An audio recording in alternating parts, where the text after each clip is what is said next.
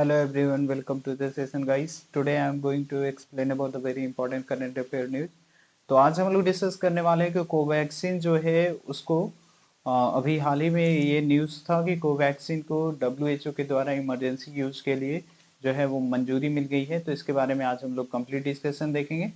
चलिए, तो अगर हम लोग आज जो है ये टॉपिक, ये जो करंट अफेयर है, ये आपका यूपीएससी, जेपीएससी या फिर किसी भी टाइप के कम्पिटिटिव एग्जामिनेशन की तैयारी कर रहे हो तो ये आपका इम्पॉर्टेंट है। बट अगर आप इस चैनल पे जो भी क्लासेस जो आपको मिलेगी यूपीएससी, जेपीएससी और ये करंट अफेयर, साथ ही साथ आपको जो है यहाँ पे स्टैटिक्स, जो जीए भी स्टैटिक पोर्शन भी आपका यहाँ पे कवर कराया जाएगा, जिसमें आपका जीएस पेपर 1, जीएस पेपर 2, 3, 4 और आपका ऑप्शनल पेपर में मैथ्स, सिर्फ ऑप्शनल पेपर में यहाँ पे जो है वो आपको मैथ बताया जाएगा, राइट। तो आप हमारे साथ अगर इस चैनल पे नए हैं तो चैनल को सब्सक्राइब कर लो और बेल आइकन को दबा लो, ताकि यहाँ पे जो भी क्लास की जो नोटिफिकेशन है वो मिले सबसे पहले। साथ ही साथ अगर आप मेरे साथ अनअकैडमी पे जुड़ना चाहते हो तो अनअकैडमी पे या फिर अनअकैडमी के साथ अगर आप जुड़कर पढ़ाई करना चाहते हो अपने घर बैठे, ठीक है, तो बिल्कुल आप तैयारी बहुत अच्छे से कर सकते हो और घर बैठे अपने कंफर्ट जोन से ही पढ़ाई कर सकते हो, अपनी पढ़ाई कंटिन्यू कर सकते हो। तो उसके लिए जो है, अगर आप प्लान कर रहे हो कि कोर्स को खरीदने का, तो इस कोड को जरूर अप्लाई करना, क्योंकि इस कोड को अप्लाई करने के बाद आपको मिल जाएगा 10% का discount. So that's why guys, 10% का डिस्काउंट लेने के लिए इस कोड को जरूर अप्लाई करना। चलिए, हम लोग बिना टाइम को वेस्ट किए हुए आज जो है बहुत ही इंपॉर्टेंट टॉपिक डिस्कस करने वाले हैं। Covaxin get the WHO note for the emergency जो है यूज। तो इससे पहले, सबसे पहले आज का मोटिवेशन कोट से भी हम लोग डिस्कस करेंगे कि mistakes are the proof of that you are trying or not. तो सिंपल सा, अगर आप गलतियां करते हैं तो यहाँ पे हमेशा ध्यान रखिए कि वो गलती से आपको बहुत ज़्यादा टेंशन में नहीं होना है। आपको ये नहीं करना है कि मेरे से तो गलती हो गया, इसका मतलब मेरे से नहीं हो पाएगा, राइट। तो गलती अगर आप कर रहे हो तो एक चीज़ का हमेशा ध्यान रखना कि ये एक तरीके से प्रूफ होता है किस चीज़ का, कि आप कोशिश कर रहे हो तभी गलती हो रहा है। अगर कोई व्यक्ति कोशिश नहीं करता है तो उससे गलती नहीं हो सकता है, ठीक है। तो यहाँ पे आप देख सकते हो कि यहाँ पे जो है ये भारत बायोटेक के द्वारा कोवैक्सीन जो बनाया गया था उसको जो है WHO का अप्रूवल मिल गया था। तो ये आपके लिए इम्पोर्टेंट था। तो यहाँ पे आप देख सकते हो, यहाँ भी Covaxin data given to WHO for note, right. अब हम लोग बात करेंगे कि यहाँ पे जो है WHO के द्वारा ये दिया गया प्री क्वालिफिकेशन और emergency use listing for the biotech Covaxin जो है वो वैक्सीन को ये दिया गया, किस चीज़ का, EUL के लिस्ट में शामिल कर दिया गया, emergency use listing, Q pre qualification आपका दे दिया गया, ठीक है। क्योंकि WHO के द्वारा ये देखा गया कि यहाँ पे कोवैक्सीन जो है वो लगभग 12 करोड़ डोजेज जो है वो पहले 11 मंथ में जो है इंडिया में यूज कर लिया गया, ठीक है। तो यहाँ पे इससे ये पता चला कि यहाँ पे जो है जुलाई में लगभग, जुलाई showing the vaccination was about the 93% effective in preventing the severe COVID-19 and 65% effective against the infection with the delta variant। तो यहाँ पे आप देख सकते हो कि जब जुलाई में आपका, जब यहाँ पे कोरोना जो था वो पीक में था, तो उस कंडीशन में 93% ये इसको रिड्यूस किया था, इफेक्टिव था। और यहाँ पे जो है 65% इफेक्टिव कब हुआ, जब डेल्टा वेरिएंट आया था। तो इस तरीके से यहाँ पे कोवैक्सीन जो है वो इसको जो है इसके जो सक्सेस को देखते हुए जो है यहाँ पे WHO के द्वारा इसको क्या कर दिया गया, इमरजेंसी यूज लिस्टिंग में शामिल कर दिया गया। अब सबसे पहले यहाँ पे कंटेंट्स के बारे में बात करें तो ये जो अप्रूवल दिया गया था, ये आपका टेक्निकल एडवाइजरी ग्रुप जो है, एक इंडिपेंडेंट एडवाइजरी पैनल है WHO का, उसी के द्वारा इसको लिस्टिंग किया गया। और ये जो अप्रूवल था, ऐसा उम्मीद किया जा रहा था कि यहाँ पे ये आपका 26 अक्टूबर को आएगा, बट ये जो WHO जो है यहाँ पर डिसीजन को जो है वो थोड़ा सा टाला, एंड फिर यहाँ पे एडिशनल क्लैरिफिकेशन उसको मिला भारत बायोटेक के बारे में। और फिर वो पहले डाटा कलेक्ट किया गया WHO के द्वारा, फिर उसके बाद फाइनल रिस्क बेनिफिट असेसमेंट तैयार किया गया। डब्ल्यूएचओ के साथ साथ, डब्ल्यूएचओ क्या पहला ये वैक्सीन है जिसको यहाँ पे इस लिस्ट में शामिल किया गया है? नहीं। तो यहाँ पे इमरजेंसी की लिस्ट में और भी इससे पहले जो है 6 वैक्सीन को यहाँ पे शामिल कर लिए गए हैं। जैसे आपका हो गया एस्ट्राजेनेकास कोविशील्ड, दूसरा हो गया Moderna's M RNA 1273, Sinopharm's BBIBP कोआरबी, Sinovac, CoronaVac, Pfizer and the BioNTech's Comirnaty and Johnson vaccine. तो ये सारे जितने भी वैक्सीन जो हैं उनको जो है यहाँ पे कोरोना के लिए जो है ईयूएल में शामिल कर दिया गया। अब यहाँ पे ये जो ग्रांटेड किया गया, यहाँ पे किस आधार पे इसको ग्रांटेड किया गया, अप्रूवल कैसे मिला क्या?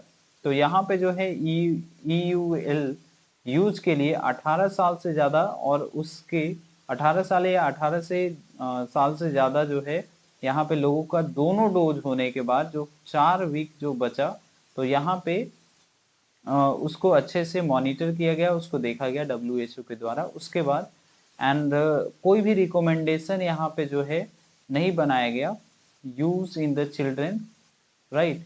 एंड अवेलेबल डाटा जो है यहाँ पे प्रेग्नेंट वीमेन का ये भी इनसफिशियंट था यहाँ पे एक्सेस, सेफ्टी एंड इफिशियंसी के लिए, क्योंकि यहाँ पे 2 चीज़ों का वैक्सीनेशन नहीं हुआ था। तो यहाँ पे 2 को आप इग्नोर कर सकते हो, जैसे चिल्ड्रन पे यहाँ पे कोई रिकमेंडेशन नहीं हुआ और दूसरा जो है प्रेग्नेंट जो वीमेन है उन पे इस वैक्सीन को नहीं लगवाया गया था, राइट। तो यहाँ पे ये 2 चीज़ हो गया। तीसरा जो है यहाँ पे इस टाइप के कदम से ये उम्मीद किया जा रहा है कि यहाँ पे इंटरनेशनल जो ट्रैवल हैं इंडियंस, वो भी यहाँ पे इस वैक्सीन को आसानी से ऑप्ट कर सकते हैं।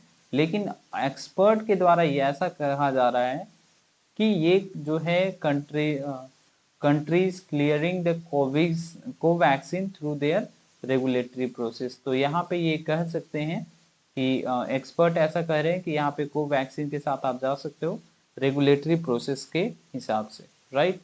अब यहाँ पे जो है वो कोवैक्सीन जो है वो किस तरीके से इफेक्टिव है, तो कोवैक्सीन जो है वो लगभग ये पाया गया कि 78% आपका जो है आपका ये इफेक्टिव था against the covid of any severity, और 14 और more days after the second dose, ये ऐसा देखा गया।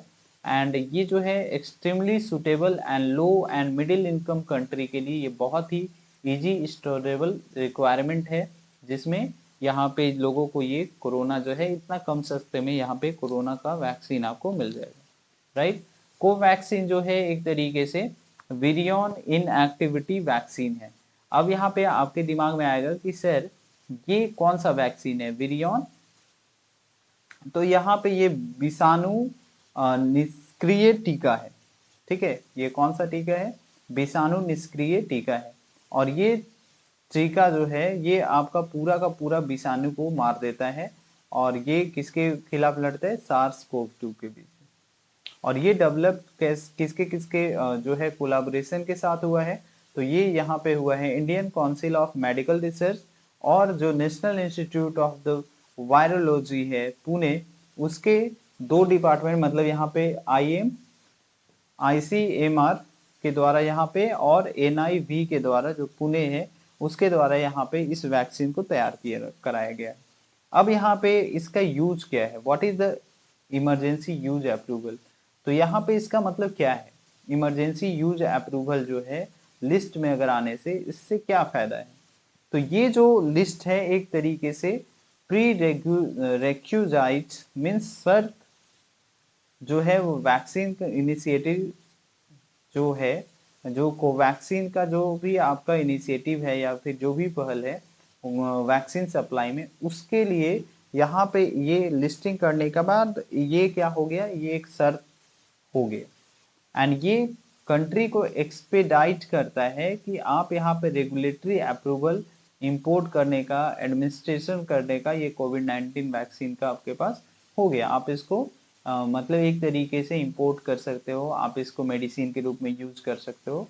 मतलब कोई भी ऐसा कंट्री नहीं है जो यहाँ पे इसको बैन कर सकता है, राइट। ठीक है।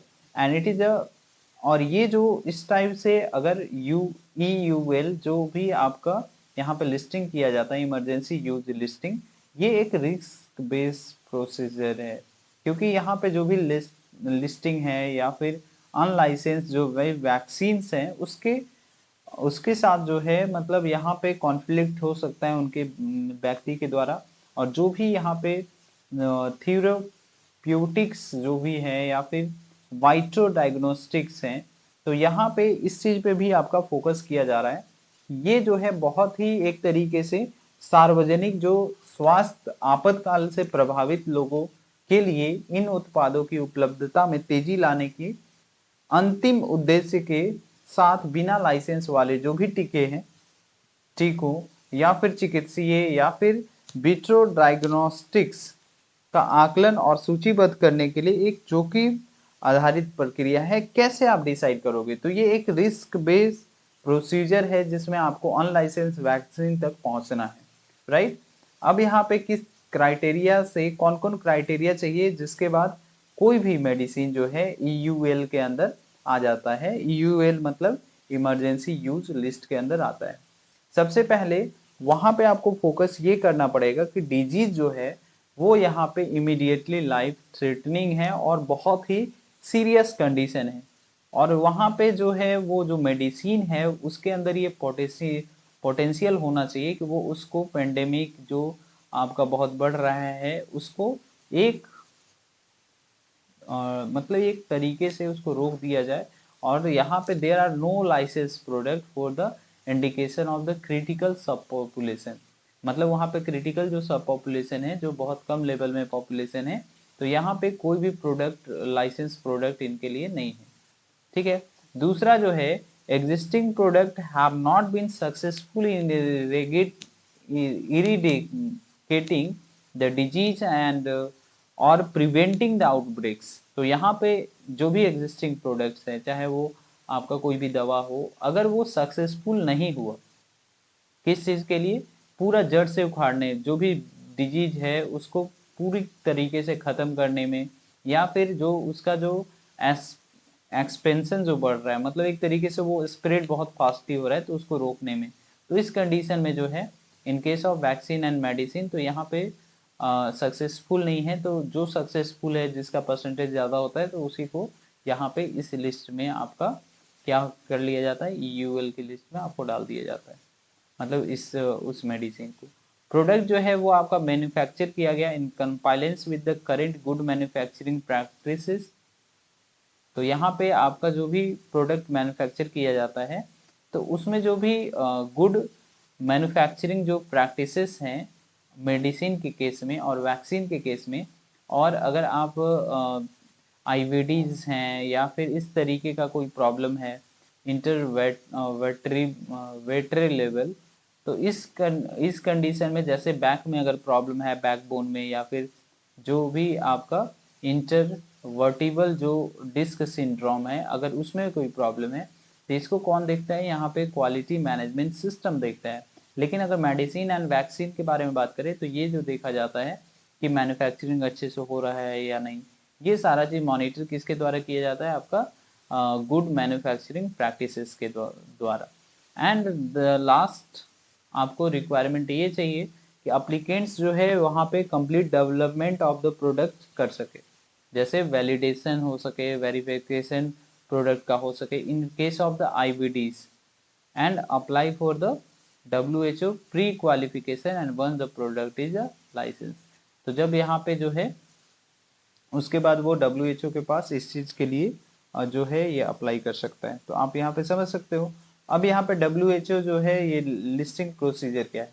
सबसे पहले यहाँ पे जो है WHO जो है इसको प्रिपेयर्डनेस फेज में डालता है, फिर इसके बाद इमरजेंसी फेज, और फिर इसके बाद पोस्ट लिस्टिंग फेज में डाल देता है। तो ये 3 फेज में है। तो अभी हम लोगों को जैसा कि हम लोगों ने देखा यहाँ पे इमरजेंसी फेज में इसको डाल दिया गया है, राइट। तो अब इसके बाद नेक्स्ट स्टेप में अगर ऑल सक्सेसफुल ये दवा हो जाता है तो इसको पोस्ट लिस्टिंग फेज में डाल दिया जाएगा, राइट। समझ में आ गया? ठीक है। तो आई होप ये करंट अफेयर जो है ये आपके एग्जाम के पॉइंट ऑफ व्यू से बहुत इंपॉर्टेंट था गाइस, जिसको मैंने आज डिस्कस किया। ठीक है, तो चलिए मिलते हैं नेक्स्ट क्लास में। Bye, take care, best of luck, see you in the next session. Thank you so much, good night.